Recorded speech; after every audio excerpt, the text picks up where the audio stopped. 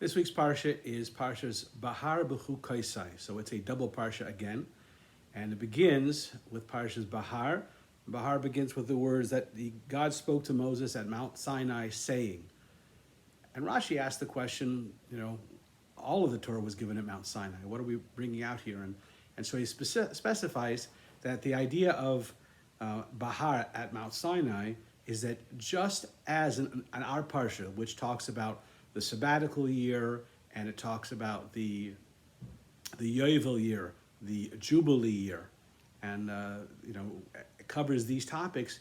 All the details of this was covered at Mount Sinai. Some is in the written Torah, much of it is in the oral Torah and expounded upon. But it all comes back to Mount Sinai. All of the Torah and all of its details essentially was all given at Mount Sinai. Even the things that we'll learn out over time, understanding from the different contexts of things, all that still was given at Mount Sinai. And so we always look to be able to trace things back to Mount Sinai.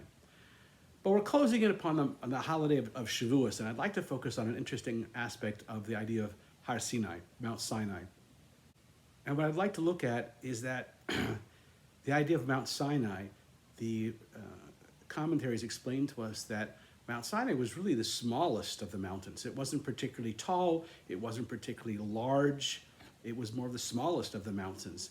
And from that we learn out the idea of humility, that the Torah is given amongst God's tremendous humility. But then you have to question, if you really want to focus on humility, then why not have the Torah given in a valley, which is the lowest? And the answer comes back to us that it has to be a mountain with its pride, but it has to be a small mountain with humility. And so as we go deeper into this concept, the idea is that, yes, you have to have pride, but the pride is not your own. The pride is that God has chosen us as his chosen people, and that he's chosen us for a mission, a task, to be down here and to make the world a nicer place. And so therefore, it's the fact that we're chosen by God that creates the mountain effect, that creates the pride in what we're doing. But at the same time, one has to have humility, that it's not about me, it's about God and my mission.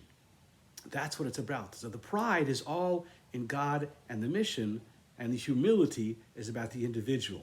And we talk at the end of the Torah, talks about how Moses was the most humble of all men, and yet it was Moses, for goodness sake, right? So the answer comes back is that Moses always felt that if someone else had been given the talents and abilities that he had been given, they might have done a better job of it than him. So he could be humble in the midst of being the greatest prophet, right? So we look at that concept, and I think it's an important part in leadership, is the idea of humility within the pride. One has to have, pride in the organization he represents, pride in the work that he is doing, pride in the mission that he's been granted, but humility within himself and doing the job. Now, because it's a double parsha, we also have to consider what's the theme of Bechukosai. Bechukosai is translated as if you will walk in my statutes. And it's interesting because we're talking about the three types of different laws. We have laws that are common laws that would make sense, that even others would come up with on their own. Don't lie, don't steal, don't kill. Those are common laws that everyone would understand. There are also laws that are called holiday laws or commemorative laws, things to remind us, Passover, so celebrate Passover, and reminding about God took us out of the wilderness and into the wilderness for 40 years. So we have Sukkot, God gave us a Torah, Mount Sinai, we have Shavuos. Those are commemorative laws. Even the idea of the Gid HaNasha, the sciatic nerve that was damaged by Jacob, and therefore we don't eat the sciatic nerve in an animal. These are all commemorative laws. But there's a third category of laws called chukim. Chukim are just statutes. They're just because God said. That's all, for no other reason. And as we look at the parsha of Bechukosai that says, if you will walk in my statutes and follow my commands, then here are all the tremendous rewards that come. And if you don't follow these commandments, here are the consequences, the punishments that come from not having followed it in my path and chasing after the learning and the understanding and the observance of my mitzvahs. When two parshas come together, we seek to try and understand the commonality between them. Obviously, if they're read on the same Shabbos, there has to be some unique thing that runs through both the parshas together that binds them together because they're read this Shabbos together. So what is the unique thing that binds these two? Behar was all about the laws of Shemitah, the Shemitah year and the Yovel year, the sabbatical year and the Jubilee year, and again Behar, the idea of the humility within.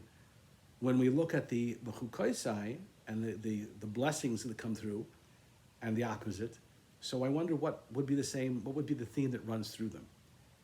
And again, if we think about it, it comes back to this concept of humility and in the midst of the mission while having pride in the mission itself.